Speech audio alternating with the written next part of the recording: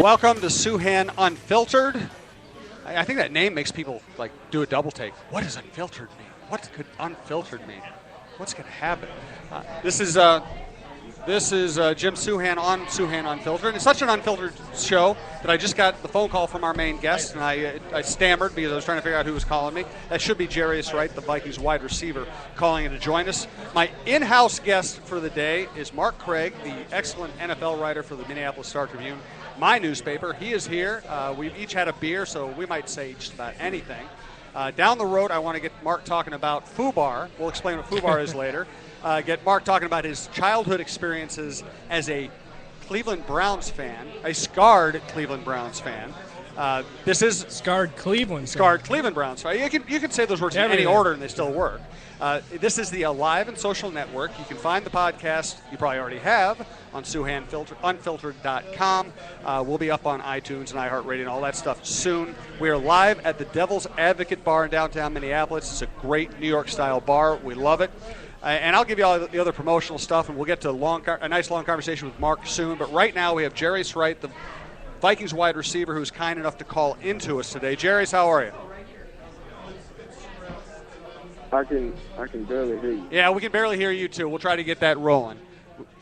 Sean Bernard is working his magic right now. Try it again. Try it again, Jarius. Can you hear me?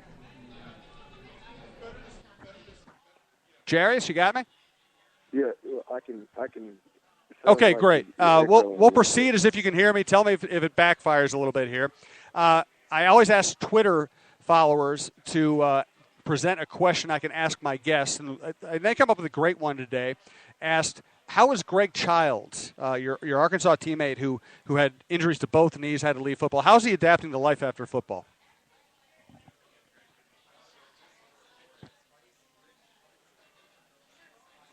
Okay, well, obviously that's not working. We will try that again in a little bit. If Jarius can get back to us or we can hear him, we'll try talking to him later. Let's get right to Mark Craig, since Mark is here right now. So, Mark, before the Tampa game, you and I go down a little early to Tampa, and we go out to your brother's house. And I won't say we played golf, but we had golf clubs in our hands on a golf course. So I didn't. You finished every hole. I was going to say, I beat you because I finished every hole. Yeah, I think I actually played well the first hole, and then about by the fourth hole, I said, I'm just picking up here. I'm picking up. There's something mysterious about getting out of that rough. I couldn't do it. But the cool thing was that your brother and you have some kind of a tournament, right? You want to explain this? Oh, yeah. Called the FUBAR. Whenever we were growing up, we always wanted to get together and when we got older and have a tournament that we could play and invite some friends. And it all fell together whenever he became a vice president at IBM and became filthy rich and bought a second mansion down in Tampa. And sports writers really don't live that way. But we do get to see Phil Lodeholt's bear behind her once in a while. So there are some. So it makes up for it. Yeah. So he got rich and basically made it an easy vacation for me in February. And the only thing it does is when I come back to Minnesota, I get angry because I've come from 80-degree weather, and I got to wait until June before I can pull my clubs out of the snow. So it's a great time, and as you saw, the courses down there are really a lot of fun. We drive over to Orlando, or we go to World Woods, which is basically a big sandbox, and that kicks our rear end. So is this Hard Knocks rule? We can just say whatever we want? You say whatever you want. Okay, well, we'll let it fly. You asked me about some of the emails I've gotten. I got a great one that I've never been able to say on the air. Let's hear it. Oh, no. We'll say that. We'll say that for later? All right. Say that for later. That's a tease. That's known as a tease in the business. Can we check to make sure bosses aren't listening on this? I guarantee they are not listening to us. Because when you mentioned that, you and I, unlike your brother, didn't become IBM executives and don't have second and third houses and aren't thinking about buying a $1 million apartment in New York, and you said, but at least we get to see Phil Lodeholt's bare ass. You know what I was thinking? Back in the old days when I was covering the Cowboys, Philadelphia Eagles had those great defensive lines. Clyde Simmons is one of their players. Brown. Back in the old days, the manners in locker rooms weren't what they are today. Oh God, no. Yeah. And I remember interviewing a defensive lineman, I think it was Reggie White or something, and Clyde Simmons decided it was time for him to get to his locker. And he said, okay, swinging dick coming through. Get out of the way. And that's the way locker rooms used to be. Because there weren't many cams. They weren't allowed to turn on the mini cams all the time. And they wouldn't have cared either anyway. No, it wouldn't have cared anyway. You're right. And they were all like Vizantchenko. They were proud of their nudeness. I'm Irish, and nakedness. that's why I quit football in the 9th grade. You could. I That was it. Because you'd want to be naked or be near naked Well, people. actually, I wrestled in the 9th grade, and there was nothing worse than walking up and the coach is weighing you. You're in 9th grade. You're like, come on. Do I have to really go all the way? Yep, you're totally naked right in front of some creepy old dude. It's funny you said that, and that's the voice of Sean Bernard, who's running things here with the Live and Social Network. Because when I was young, I was scared to death. And I was raised Catholic, in a small family, and I was scared to death to get naked in front of other people. It was and now I just walk around the streets naked. It's not a problem. But back then it bothered me. That's how we You met. better not do that tonight. No kidding. Yeah, well, it's not much to lose. Let's put it that way. It is amazing. I'm glad you got on this topic. It's amazing how much the locker room dynamic has changed. Because I thought, and you've covered different teams than me. You covered the Browns. I covered the Cowboys before we both ended up covering the Vikings in the NFL. I thought in the old days it was very high risk, high reward. You might, because there weren't as many people around, because athletes weren't as coached in dealing with us, you might get a guy alone in the corner, and he might tell you everything. I mean, there was a Vikings assistant coach, a very famous Vikings assistant coach, who used to tell me the game plans on Friday nights because he knew I wouldn't write it, You could get people to actually tell you stuff. The other side of that was somebody like Henry Thomas or Chris Dolman might threaten to kill you the next time they saw you in downtown Minneapolis. That happened to me, too. But I'd take the trade-off because you got real stuff, and you got it alone, and you got people telling you stuff that you weren't supposed to know. Well, there's no question, and that's to me is the thing you fight the most. And we're at a place where we have enough resources. We have 2 other guys covering a team on a regular basis. So I find myself kind of running from the modern gangbang that we call it, of where everything is so programmed. The questions are bad, the answers are bad, and to me, if you can have people to position, because a lot of your notebooks come from that, to where you have to be there, you got to hear that, and at some point write it, blog it, tweet it, video it, go on a podcast. You sound like you love this stuff. No, but I'm saying that if you have the people that can do that, and you can still go and find someone that's alone. The stories I like to do the most are the ones that like Joe Berger the other day. Nobody wants to talk to Joe Berger. Right. And the Vikings were able. The Vikings do a really good job. As far as I'm concerned, they do a great job with my requests when I ask them. They're good to me too. I get guys on the phone or just alone, where you can get them to sit down and just talk, as opposed to, and it's on us to come up with questions, to try kind of generate some thought. Well, how about this week? This is a fascinating team. You have a rookie quarterback thrown in before you're supposed to be in. You have a rookie running back thrown in before you're supposed to be in. You have Matt Asiata, this journeyman, just trying to slug it out and be part of things. You have this offensive line scrambling to get it together. You have Zimmer and Norv, 2 really kind of interesting, cool veteran coaches who cuss at their players and who are old school. And there are all these fascinating stories. And then what do I hear? The question being asked in the scrums this week? Are any danger of you being overconfident going to play in Chicago? What a stupid, and I apologize to all my TV friends, what a stupid TV question. Are you overconfident? They never win in Chicago. They're 4-5. You only ask that question because you don't know what else to ask. There are so many interesting people and interesting stories in the locker room if you can get them off to the side of that crap. But that reached the point that it was so bad that it was good that I used it because it was kind of the wow, look what kind of week we've entered upon here. First of all, the greatest stat I think I've ever seen was the Bears giving up those back-to-back 50-point games. Unbelievable. And it goes back to 19. I still wonder if everybody did all their research right, because it was referred to that this is the first time this has happened since 1923, which I put in tomorrow's paper that when you've done something that was last done when Sid Hartman was 3 years old, yeah, it's saying something. Oh, you mean 30, right? Sid was 30 back then. It's 1920, so he's 3 years old. Sid's actually 6 months older than the NFL. Did you know that? Is he?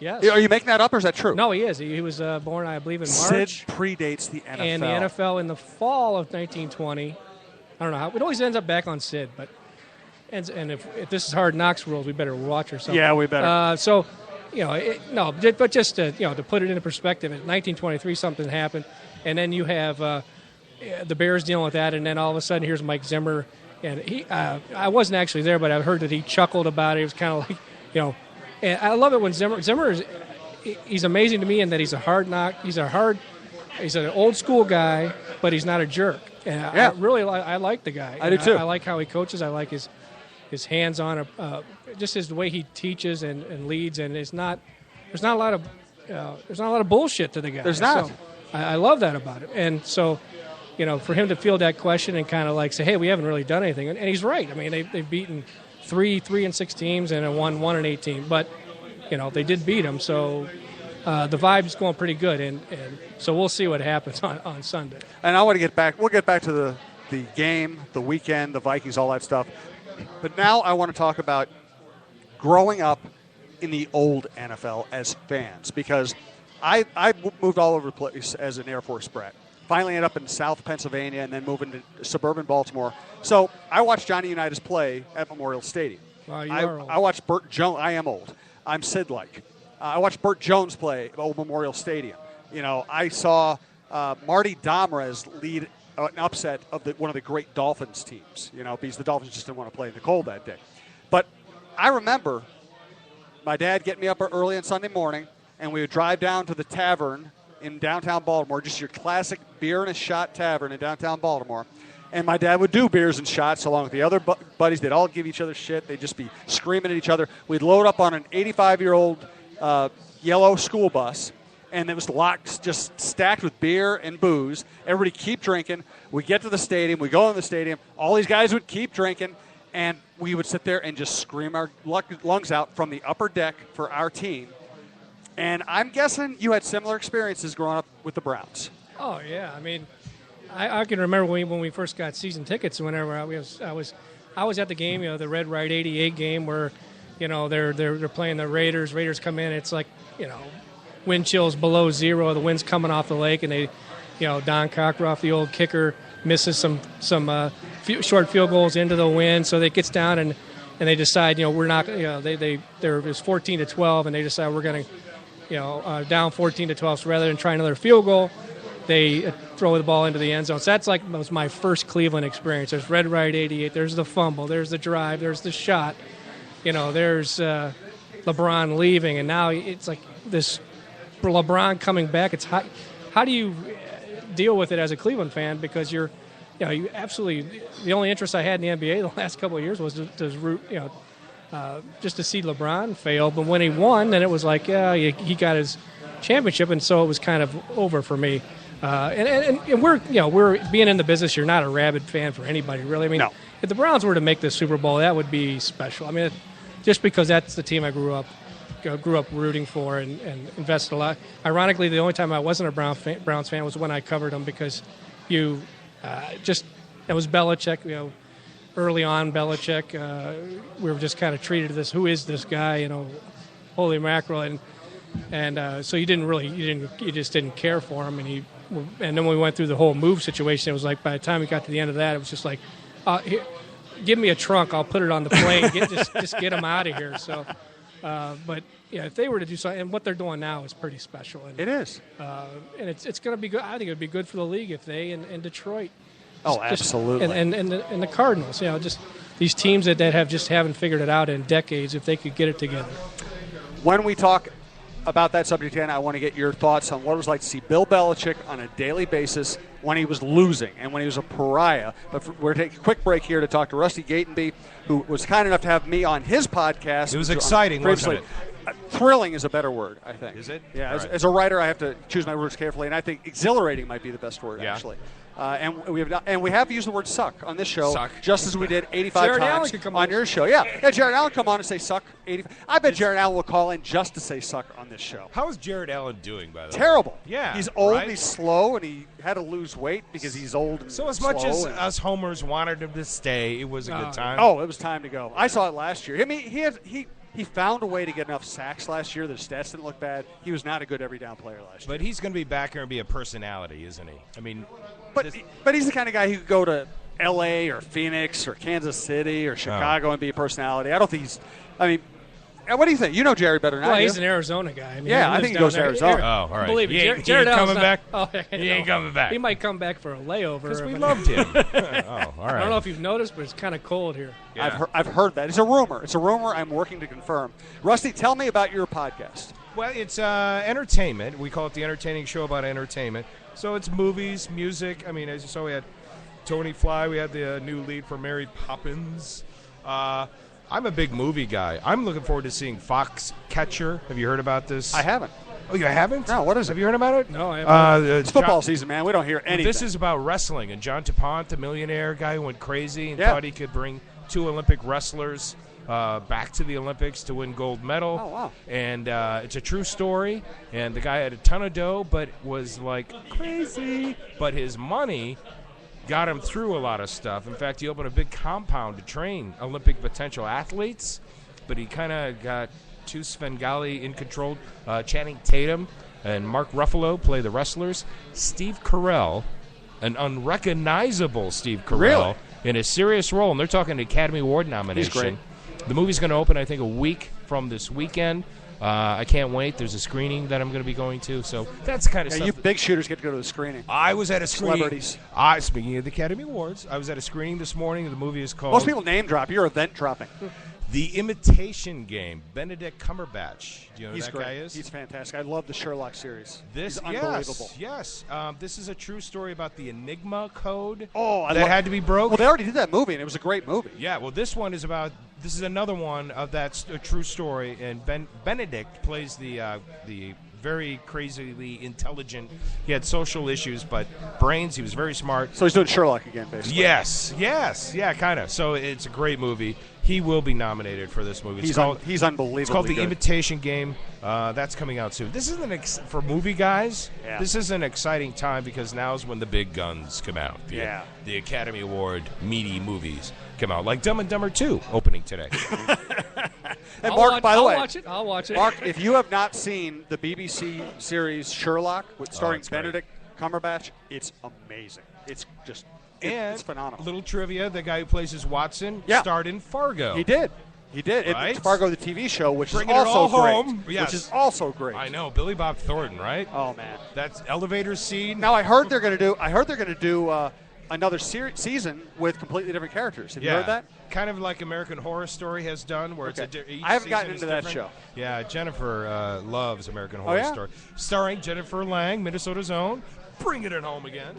Very nice. Yeah. So I hear they are also going to bring Fargo back and have different scenario, That'd be different great. characters. That was a great first season. You know- I loved the movie, and I didn't see how it was going to turn into a TV series, and they nailed yeah, it. yeah. I love that they start with based on a true story. Yes. So not based No, on it's not any. based. Well, based. Yes. Define based. Well, Yeah. we had a book that was a true story in the same room Yeah. while we were writing the fictional script. Yeah. Kind of, based. Yeah. Near. It was nearby. No, not really. Here's I'll say right now, so you can say you heard it here first. This is exciting. Best actor. Exhilarating. The Oscar goes to Michael Keaton.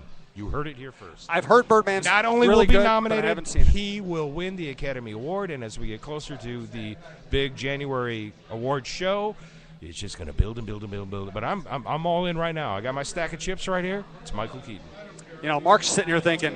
It's all French to me. Mark's is like, just let me see Dumb and Dumber and leave me alone. That's right. Stop talking to me about this other crap. All right. You know? Well, there you go. So That's that's the scene where he says John Denver's full of shit was the best part of Dumb and Dumber. When he falls asleep, as you know, I tend to get lost on roads. When Yes. Dumb and Dumber, when they got back on the highway and he was supposed to go falls west, asleep. he falls asleep. The other guy goes east. They end up back in New Carrey Jersey. drives the wrong direction for And he 12 goes, hours. and he goes, boy, I thought the Rocky Mountains would be a lot rockier. And he goes, yeah, that John Denver was full of shit. And bringing it all back home, as you like to say, my father used to make me listen to John Denver records for hours on end at home, which is why I love rock and roll now. Take me home, Yep, country it's that. road. You're actually better than he was. John actually dated Dinah Girl, right? Annie's song. It's all about us. I think I kind of heard that. Jared Allen is missing the boat. It's all happening right here. Absolutely. Nowhere else can you wear layers like you can in Minnesota, is what I always say. Look at my Devil's Advocate food has arrived. I would go get it. Anything else you want to tell us about your podcast or the network before we let you eat? I think it's very exciting. I just did my first Exhilarating. live. Yeah, I said it wrong. I suck. Exhilarating. I suck. Suck. My first live podcast. I've done Congratulations. live broadcasting for 30 years in television, but this was a lot of fun. So I look forward to doing more of that stuff and covering the Academy Award movies. Dumb and Dumber 2 will not be one of It them. won't be? It'll be top No. 20, No. 100. Do we get a vote? Yeah, sports writers vote on everything, so it'll Yeah, work we do. out. Yeah. I get to vote on the Critics' Choice Awards, so I'll be doing that. Jennifer and I will be going out there in January. Awesome. So we'll have stuff from the red carpet, and the Critics' Choice are kind of like the award show just before the Academy Awards, so they're all going to be there. Beautiful. Well, I would like to have you back on this show sometime. Let's keep talk movies. Cross-pollinate, cross-promote, whatever you want to call it. Get some inbred. Yeah, we'll do some of that. I used to live in the South. I can do that. I can do that. All right, Dan. Thank you, sir. That's Thank Rusty you. Gatenby. Yeah, You thanks can for find him having on the us. Alive and Social Network, along with my podcast and all that other stuff. Thanks, Rusty. Let's go back to Belichick. He's the genius now. He is the gold standard. Yes, he And is. he's very corporate, and he can even be kind of funny and human at times when he wants to be these days. What was it like back then? Wow. Because he came in, his defense, if the Bills make that field goal in the Super Bowl before, he's probably knowing Art Modell at that time, he probably doesn't hire the guy who loses the Super Bowl. So, Norwood misses the field goal. Belichick ends up in Cleveland. He comes there. Browns had just come off a 3-13 season. They had been to 3 AFC Championship games in the 4 years before that. Had a lot of aging players, star players that fans loved. Belichick came in, and basically one of his first press conferences, I think he referred to him as the property or something. It was some really cold Belichick term. Property. That is and classic. he would, eye contact was, he makes a lot of eye contact now compared to when he did before. He'd walk down the hallway and would not. Players would walk by, wouldn't even look up at him. Was not respected at all. Some of the biggest names on the team walked out of practice. His first training camp, Michael Dean Perry walked off the field. I can still see Michael Dean just throwing his arms up and basically said, "To hell with this! I'm out of here." Reggie Langhorne, who was a receiver, did the same thing. Walked out of a practice and left and then Belichick started bringing in some Giants, and I think Cleveland saw just about every former Giant except for Lawrence Taylor. In fact, at one time, Phil Simms was in the building. Really? There was a press conference called, so I'm living in Canton, Ohio. I drive an hour up there, and Phil Simms is going to sign with the Browns. He's in the building, just dotting some I's, crossing some T's. Well, they got him into the room, and they decided, we got him in the building. Phil Simms has nowhere else to go because he was either retired or that was it. He was done. Near the end. They were either bringing him back or he was at the end, very end. So, and Phil Simms says, no, this is the deal that I wanted, and so we're there forever, and it ends up where we're chasing, staking out Phil Simms in the players' parking lot to get the story on what this press conference that fell apart. So Phil Simms would have been Belichick's quarterback had they not lowballed him in the negotiation at the very, very last second. Wow. So we saw Joe Morris, Mark Bavaro, Pepper Johnson, Carl Banks, just all these guys that came through who knew Belichick, the Belichick way. And, of course, none of us saw that he was what he was building. And if it had been a normal situation, normal ownership, they stay in Cleveland, I'm convinced he would have done what he did in New England, for sure. And even if you look at, in hindsight, I think in 1991, they were an embarrassment in 1990. 1991, he goes to New York. Giants had won the Super Bowl. I think he lost 13-10 or something. Where it's a loss, but how he coached that game, should have been sending off bells and whistles that this guy knows what he's doing. But of course, his personality, the fact that the players didn't like him, there's nothing to base, him being a leader of a full team to think that he would ever go on and do what he's doing. So, it was what he's done is amazing, and who knows how long he'll keep going. There's a tragic ending to that story you told too. It left Phil Simms free to become a broadcaster, and that's really ruined football for me. And look for different ways to describe the team from Washington. Right? Yes, that too. Boy, how'd you like to cover that team every week and have to deal with those emails? Good Lord. Well, Ryan, is covering the Vikings. Yeah. It really does. The Vikings are a very pleasant group to be around, very professional right now. But we've seen hell over the years. Wizenators and love boats and good people getting fired for stupid reasons and people, a coach being fired after he won a game to go 9-7 in his own locker room. I mean, and they pass out a release that they hand it to his son, who's a ball boy. That's right. I mean, oh God. Here, read this. Your dad's just been canned. Oh, good Lord. Oh, we got to do the Ziggy voice if you're going to do that, though. You must read this. Your father has been canned. I want to bring a championship to Minnesota. I think you and I got called on the carpet because we referred to him as Elmer. He sounds like Elmer. He sounds like Elmer Fudd. And we did it within like a week or two apart. Yep. And the bosses, that was because I didn't get the memo, and I think I did the second Elmer Fudd, or you. I did the first Elmer Fudd. Something like that. And I really like the Vikings PR people, but one of them was tasked with telling me not to do that anymore. So then you do it again. So I did it again, and then you did it, and I think you got in the most trouble because you did. It's like a fight on the football field. It's the guy who pushes the second time who gets in trouble. Yeah. Bernie Kosar now is becoming a very interesting and sympathetic figure. I don't know if you've seen the stories on him lately. He's fighting with his father, says he gave all his money to his father. His father says that didn't happen. Bernie has been, he got canned by the team for making a joke on the air. He's had an incredible number of concussions. I think he's had addiction problems. Yeah, he doesn't sound right when he talks. Yeah. Did you know, Bernie, what's going on? Oh, yeah. I mean, Bernie's a guy who took there was a game in a season opener in Indianapolis I've never seen a quarterback take as worse a beating. Even as Favre in New Orleans, Favre in a lot of games that we saw where you're like, oh, that guy's not going to get up, and he gets up. Bernie took a beating in Indianapolis one year that I don't know how. I mean, and then talking to him afterwards, just absolutely rug burns. That's back when turf was turf was like cement with. It was. That was a brutal surface that those guys played on compared to what we see now with the rubber, the dusting up, and I mean it's not the greatest, but it's nowhere near what it was. So he took a tremendous beating in his career, and I could see where the concussions. I mean, whenever you see him, I'm not in Cleveland, obviously, so I don't see him on a daily basis. But when I see things and hear things and talk to guys, there's a lot of problems there. From family problems, addiction, and the concussions. There's no question. And Bernie, because I covered Bernie in some games, both as a visiting writer and in some postseason games. Bernie was built like a sports writer. He was just kind of a gangly guy, tall, gangly guy. He had kind of a magical. He was like a baseball pitcher. He wasn't built, but he could sling it. He could sling it sidearm. He could find a way to get the ball there. Favre was put together. Favre had a linebacker's forearms. He was strong. He was thick. He looked like a professional athlete. With the shirt off. Bernie, I felt sorry for him every time I saw him get hit. Oh yeah. There was a game in Kansas City where he hurt his elbow early in the season, and I don't think his arm was ever the same. Not that his arm was great to begin with, but he had a kind of a knack of that sidearm delivery. And if you go back to when he was at Miami, the great games that he had there, it was just. Plus, he was a Cleveland guy. He was one of the first. In my lifetime, you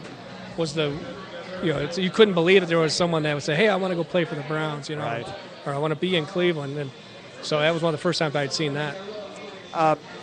I knew Mark Trestman when he was a Vikings assistant, and every once in a while I think I touched base with him through the years. Really smart guy, really down to earth. I like him. He had a lot of success as an offensive coordinator in the league. Rich Gannon swears by him, and he's in the middle of it now. He's got Cutler, who's completely unreliable. He's got a kind of a half-crazed wide receiver. He's got a team that's really underachieving. You've been around the league a lot. Trestman was with the Browns for a while, so you probably have some idea what he's like. You feel for him, or do you say this is just the way the business works? Well, I think whenever you get involved with you have a quarterback like Jay Cutler, this is kind of what at some point is going to happen if you're not successful every week. Cutler and Brandon Marshall, those are the kind of personalities that's great when things are going well. But when things aren't going well, are they going to be the guys that, punch your ticket out of town, or just like look at Tice. Tice. You think Tice could control Cutler? I mean, when he went up, that was humiliating for Mike Tice, but he put himself in that position to go up to Cutler when he knows that the cameras are on him. Cutler blew him off. So those are the kind of guys. And it's great. They can be real great, but they can also be the biggest pain in the ass that you're ever going to deal with. I still don't know if Cutler is actually worth it. But he's good, but he makes mistakes that I just don't know if I could tolerate if I'm a coach. And obviously they gave him $127 million, so they've committed to him. So if Trestman, you would think in Trestman's second year that he wouldn't be in trouble, but you can't lose the way that they've lost the last 2 weeks. You put a few more of those together, and they'll have no choice but to fire him. Favre made a lot of mistakes. There have been great quarterbacks who have made a lot of mistakes, who have been unreliable in certain situations. What bothers me as a sports writer, as a sports fan, is that Cutler looks so uncommitted. I mean, it's one thing to get blown out by the Packers and make mistakes. He wouldn't step into a throw. He wouldn't even step into a throw enough to make a decent, sharp throw on a dump-off pass or a screen. He just didn't want to get hit. You can have a lot of flaws, but you cannot be uncommitted. He looks completely uncommitted to me. Yeah, he's a fascinating figure for me, too, because there are times when he does that, but there's also times when he'll take 9 sacks and get up. That dramatic comeback they had against the 49ers in San Francisco earlier this year, I thought, wow, Cutler finally gets it. And obviously he doesn't. Yeah, I don't know. He's just not consistent enough for me to put him with one of the elite quarterbacks. And, to me, it's when you say the NFC North, they have these quarterbacks. We always lump, Stafford, Cutler, and Rodgers together. But, to me, there's a huge gap between Rodgers and the other. And for my money, I would take Stafford number 2, and then Cutler. I don't know how close I would put him to Stafford. And I think in time Teddy Bridgewater will be respectable at least, and who knows, maybe more. It's funny. Royce, ripped me and I think Wiederer for because we praised Ponder when he played well early on in his career and compared that to our praise of Bridgewater right now. Well, first of all, sometimes we do get stuff wrong. Sometimes we just miss. I miss all the time. But the context is different. Ponder was drafted to be a game manager of an offense based around a running back. And he did that pretty well for a full season and got a team into the playoffs. So I thought what I saw early was okay in that context. I thought Ponder was a good guy. He could, convert some third downs. He could kind of caretake an offense. And I was okay with that. This is different. I think Teddy, and I don't know if he's a top 5 quarterback or I don't even know if he's a top 10 quarterback, but I can see Teddy making plays that good quarterbacks make. I can see him getting the ball down the field. I can see him, being the guy an offense is based around even after Peterson leaves. Yeah, and I think in defense of you and Wiederer and myself and maybe others who have, I'm usually pretty careful about, saying, but I do remember like when Christian in Carolina played well, but I guess in everybody's defense that sort of went down that path. I'm sure we weren't putting him in the Hall of Fame, but we went down that path in defense of those people. Christian changed himself. I mean, Christian, when he got a few scar tissues on him, his shoulders went down, and he takes the criticism, I think, from the outside and also his performance and just absolutely collapses inside as opposed to fighting back.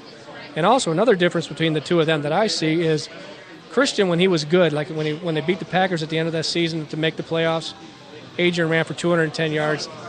I think almost all the big plays that he made, pocket was absolutely pristine. It was an empty pocket. Whereas Teddy makes plays when 2 guys might be hitting him or he's being dragged down.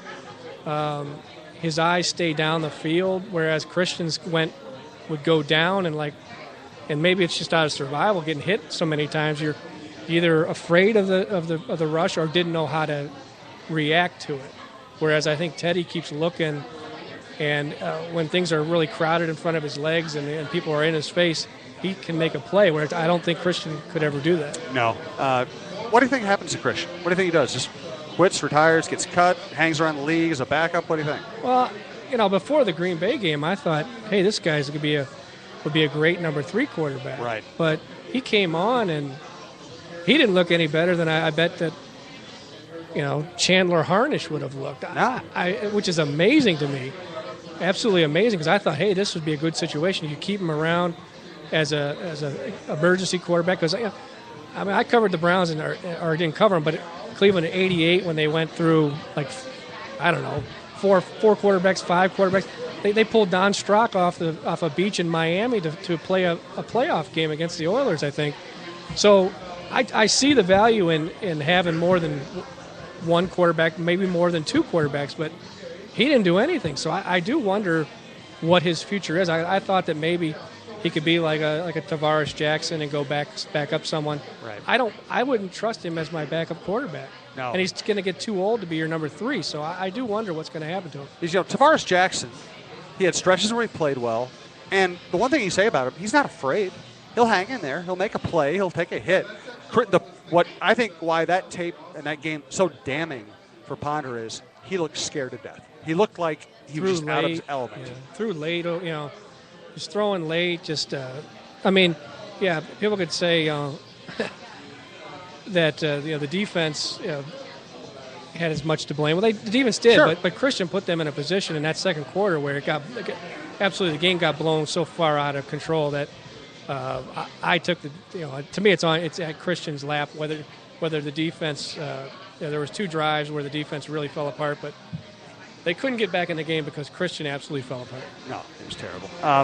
Chad Greenway, he's a guy we both like, and he's had kind of an iffy season so far, coming off an iffy season last year where he was probably misused. How about his future? What do you see for him? I don't know. I've been saying that I don't think he'll be back because they gave the guy a pay cut. Right. Played last year with the broken rib. This is the nature of the NFL. I mean, there wasn't a whole lot of loyalty there. Basically, it was take this $1 million pay cut or there's the door. And to his credit, never complained, shows up for work.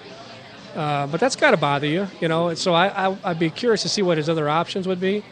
Now, I didn't think he'd be back just because of age, and Zimmer will have another year to recycle some more youth in here. But there's a real good influence that Chad has on Anthony Barr, and if he has enough to get by, he will have been in Zimmer's system for a year. Zimmer might squeeze another year out of him, I think. That'd be great. I think he has value. I think when he's used right and healthy, he's still a good player. It's hard to say that he's been able to establish that the last couple of years between the injuries, and I also thought they put him in some terrible situations last year.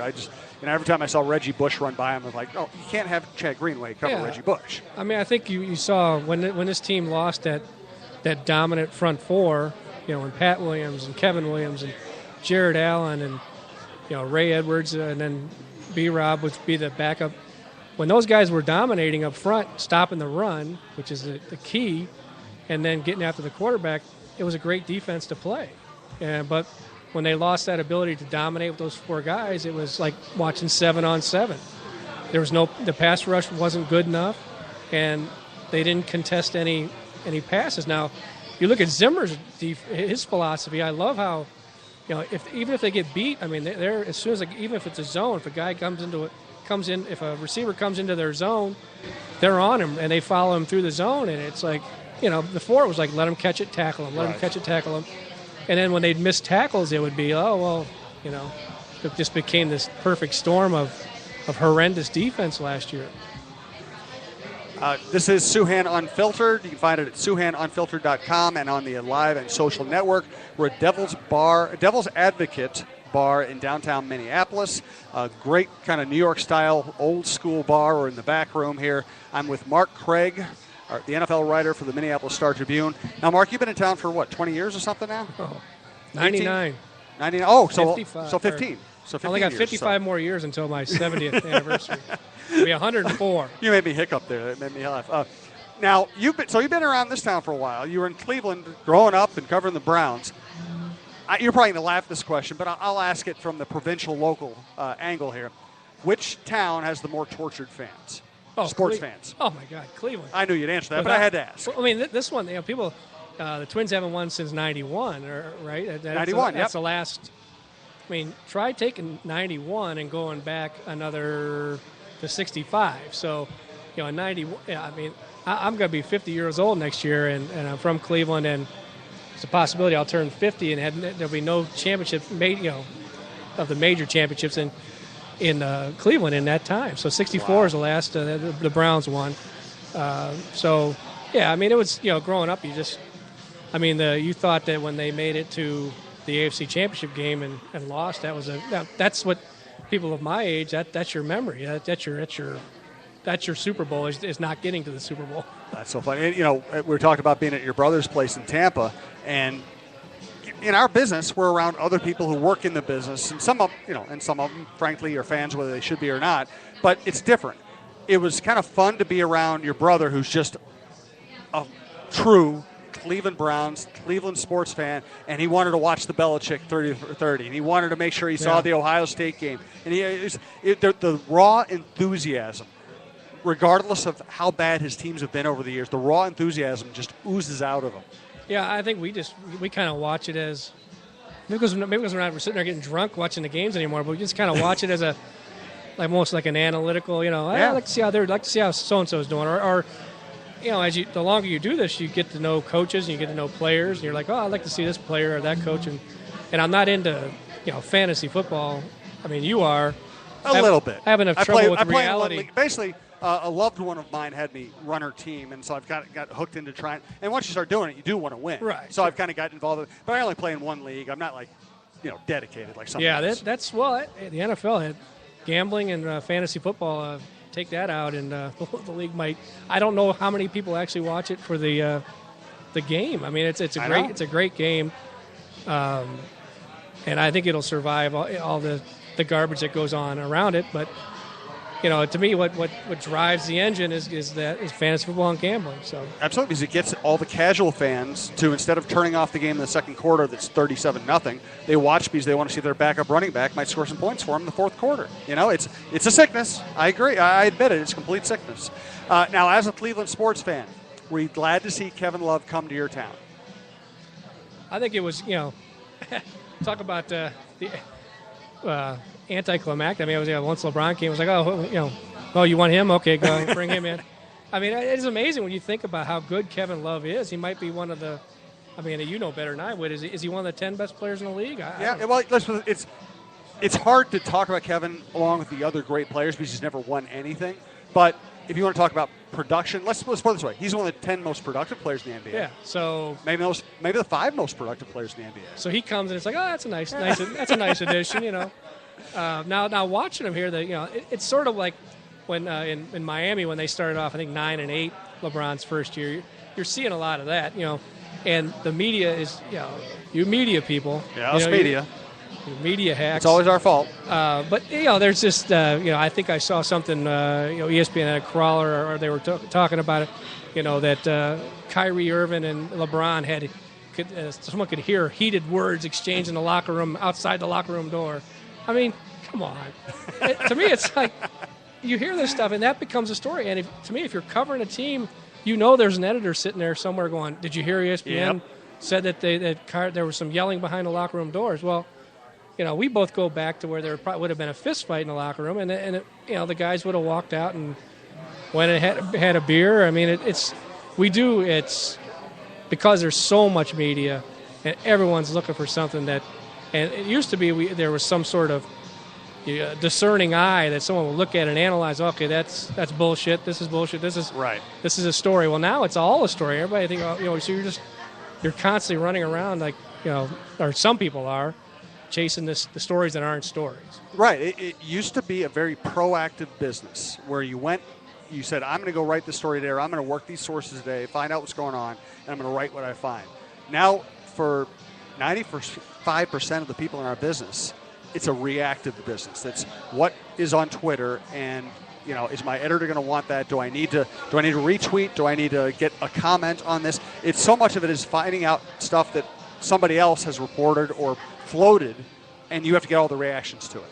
Yeah, and also agents lead a lot of people around by the nose, and it doesn't matter anymore whether it's accurate. The agent is controlling a lot of the news flow, and then the agents also want something in return. So what you also find, I think, is a lot of people write with an agenda. So they're writing things or saying things to make an agent happy. So just a lot of those kinds of things that go on that, to me, this sort of turns my stomach. And I'm sort of glad that I'm not my role is not to be the news guy on the Vikings. Chaser. Yeah. It's the to add some perspective from an old guy, I guess. I don't know. But, yeah, to me, the chasing of the stuff that is not chase-worthy would drive me absolutely wild. Yeah, absolutely. And, you and I were both beat writers 20, 30 years ago. And back then, agents kind of wanted to be in with us because they wanted insight what was going on the team. They were hoping that maybe we'd write something nice about their guy. And now I'm glad you brought up the agent thing because I don't think people out there get that. And I won't even mention any names. I don't want to be catty about it. But when reporter X for a big network gets a story, well, maybe he outworked everybody, but he didn't get the story because he outworked everybody. He got that story because he wanted to be an NFL news reporter. And these days, to be an NFL news reporter, you sign up with an agency, with an agent in a powerful agency, and all of a sudden, you're basically paying that agency to be your best source, to give you information on all their clients, on whatever's else going on. This is you. So you have reporters working for networks who have billion-dollar contracts with the league they cover, they're extensions of the league, who are employed or who employ agents who have access to insider information. Now, that doesn't mean that like Adam Schefter doesn't work his butt off. I'm sure he does. But all the big names who are breaking news have those relationships. They have a relationship with the league. They have a relationship with an agent. They might even, as I think probably is the case with Jade Laser, probably has some kind of illicit relationship with certain players. You're looking at me funny. Yeah. You're looking at me funny. Where do you want me to go with that? You do not have to comment on that. That's my own personal conspiracy theory. There's a reason that if 500 people are trying to get a story, one guy keeps getting it. And maybe every once in a while it's hard work. But, I know a lot of guys who work hard and don't necessarily break stories and who make every call you're supposed to make. In these days, you have to have some kind of an illicit edge to get those stories. Well, I think I come at it from almost maybe a different angle here. Okay. Just saying that I'm going to use the Kyle Rudolph signing as an example of what people consider breaking the news. We're down in Mankato. We're having dinner, and I think NFL Network might have tweeted it, and within 30 seconds, the Vikings had already released it.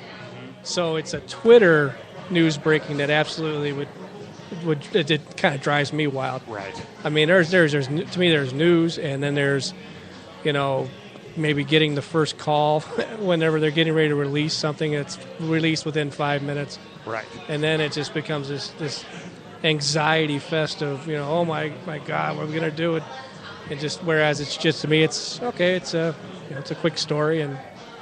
I'm glad you brought that up, too, because to me there are two different kinds of breaking news. There's breaking news where everybody's going to know something at a certain time of day, and somebody wants to have it 5 minutes earlier, which doesn't do anybody any good. It doesn't make any difference.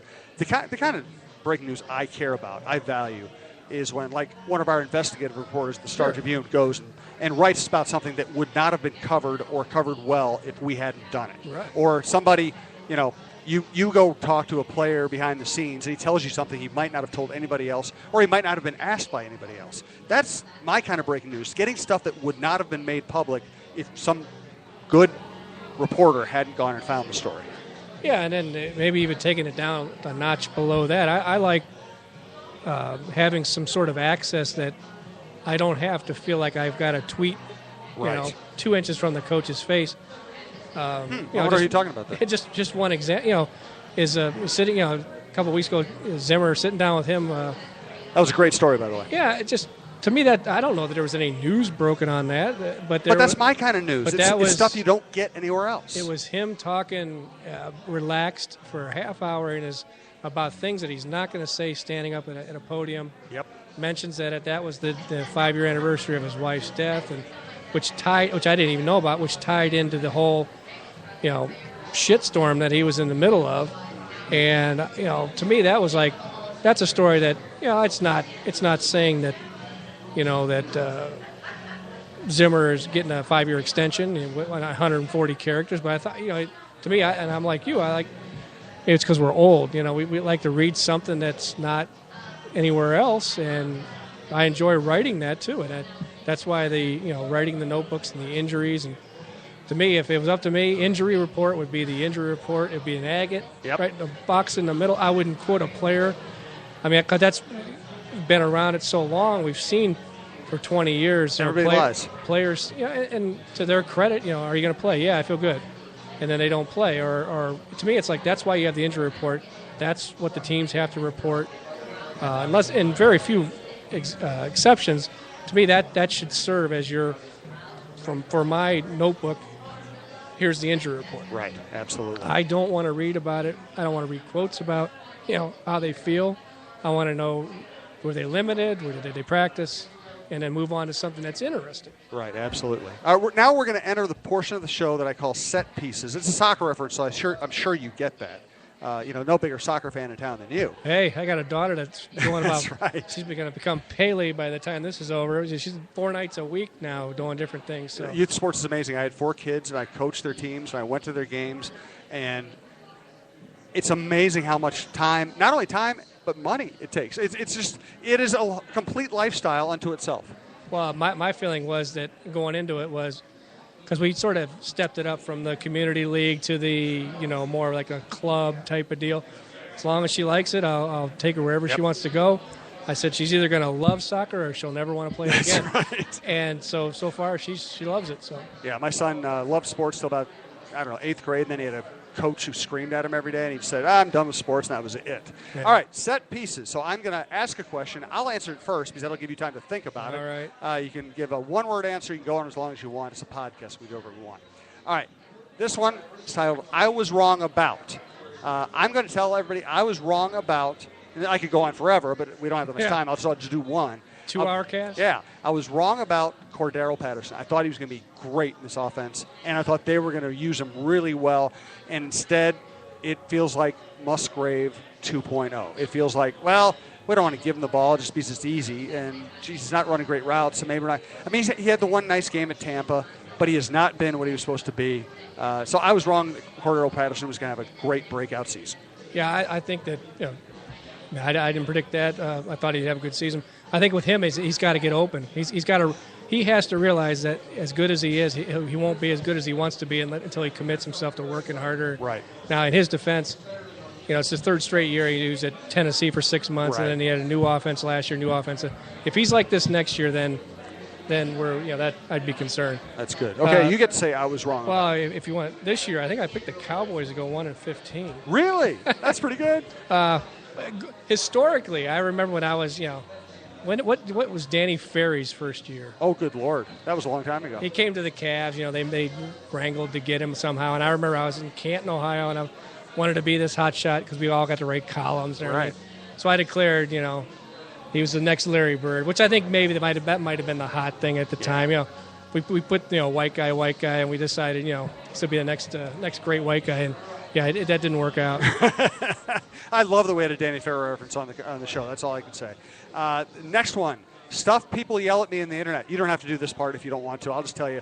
And there's always so many candidates. This one, let's see, some River Kevin said, next time you make your great hockey takes, you might want to wait until at least 3 minutes into the game. # please leave puck alone. There are certain hockey fans in town who it's the only sport where they want less coverage. They don't want you around their game. And I tweeted out something sarcastic after they fell behind to Buffalo early yesterday. I was like, well, now I'm convinced Jack Parise is the greatest hockey player ever lived because they're behind Buffalo. And so this is the response. Please leave puck alone. That's one. Another one is Bikeman04 said Souhan wants players to play through concussion. Because I wrote the other day that Paul Molitor needed to get Joe Mauer to be tougher and to play when he had a little owie on his elbow. And some idiot blogger said it was because I want Mauer to play through concussions, which is stupid. I want Mauer to play through bunions, not concussions. Those are the stupid things people yell at me about on the internet. You have any favorite internet rants that people have gone off on you with? First of all, I'm not as high profile, I don't think, stop. as you. Secondly, I can't let that in the boat with me because they'll sink me. I seriously, I finally learned how to mute people on Twitter. I mute. But yeah, so I don't really know if there's any one particular theme. I do have what we led off the show with. I don't know if I should go there. Go ahead.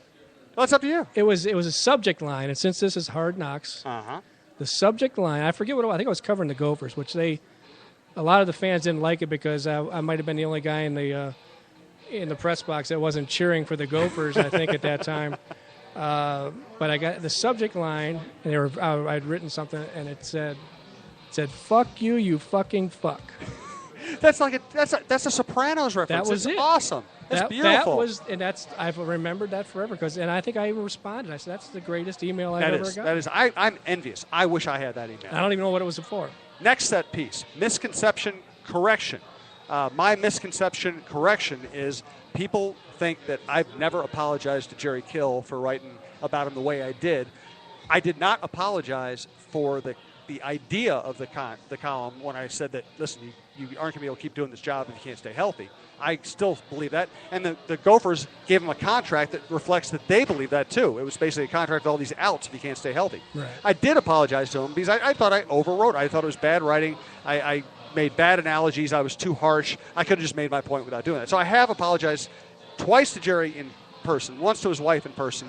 In print, online, I have apologized. Your misconception, right, perception. And I think that those things happen. I mean, your point was dead on. Yeah, you just made a few mistakes. Yeah, and, I screwed up. Hey, what the heck? I mean, it happens to everyone. Misconception, is there something that people think about you or that you wrote that they should have gotten, they didn't get right? I don't know. Again, I like it when people talk behind my back. I much prefer that than I do in front of me. Maybe just off the top of my head, this is pretty lame, but the perception that we're fans, like when the Vikings lose and they'll say, "Oh, what do you think of them now?" I'm like, I really don't care. No. So yeah, there's a perception that we're fans, and we're definitely, sometimes I can't say we're neutral because we're human beings, Well, if a guy's we an like to asshole, see good guys succeed. Right. We like to see guys who treat us well succeed, but we're not sitting there rooting. It's Right. that simple. We're being professional. That's the bottom line. Exactly. We got 3 minutes left in this podcast. SouhanUnfiltered.com with Mark Craig, NFL writer for Star Tribune. Let's do these quickly. Broadcast review of the day.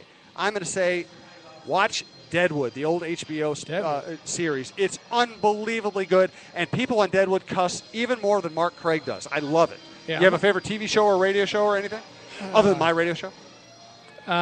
This is going up there. Yeah. I rented the movie Godzilla. I bought the movie Godzilla. I thought it was going to be really great, and I fell asleep 3 times trying to watch it. So I would not recommend that movie. That is a good review. I appreciate that.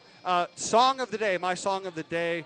I heard it on the way over here. A Springsteen song. I'm a big Springsteen guy. All That Heaven Will Allow off Tunnel of Love. Just a very simple, sweet, nice pop tune. You have a song that comes to your mind that you like? Normally a country guy, but I do like Bruce Springsteen. We were in Tampa. We had the same old guy taste with your awesome. iPad or whatever it was.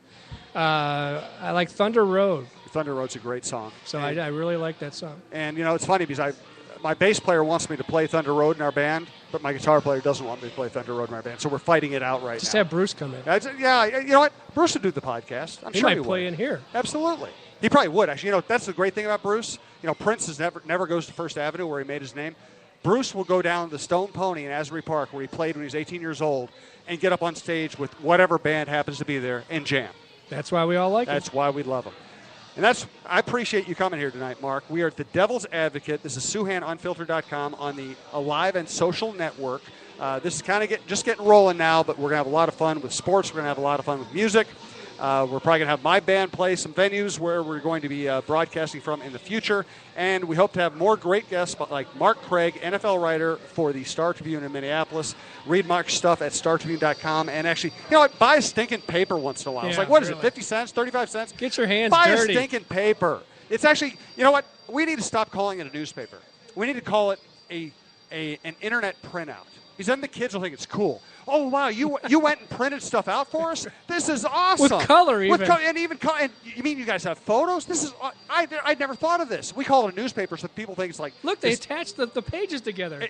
I know. It's like we tape the pages together for them. We should do that. I think that'll change the whole business around. How's our time here, Evan? Where are we going? 30 seconds? Okay, so SouhanUnfiltered.com. We'll probably do about 3 podcasts a week. We're going to have some big names. We're going to have some of my favorite little writers names like on. Me? No, big name. We're going to have some little names like Craig Leopold on as well. Matt Burke is probably going to be joining in at some point.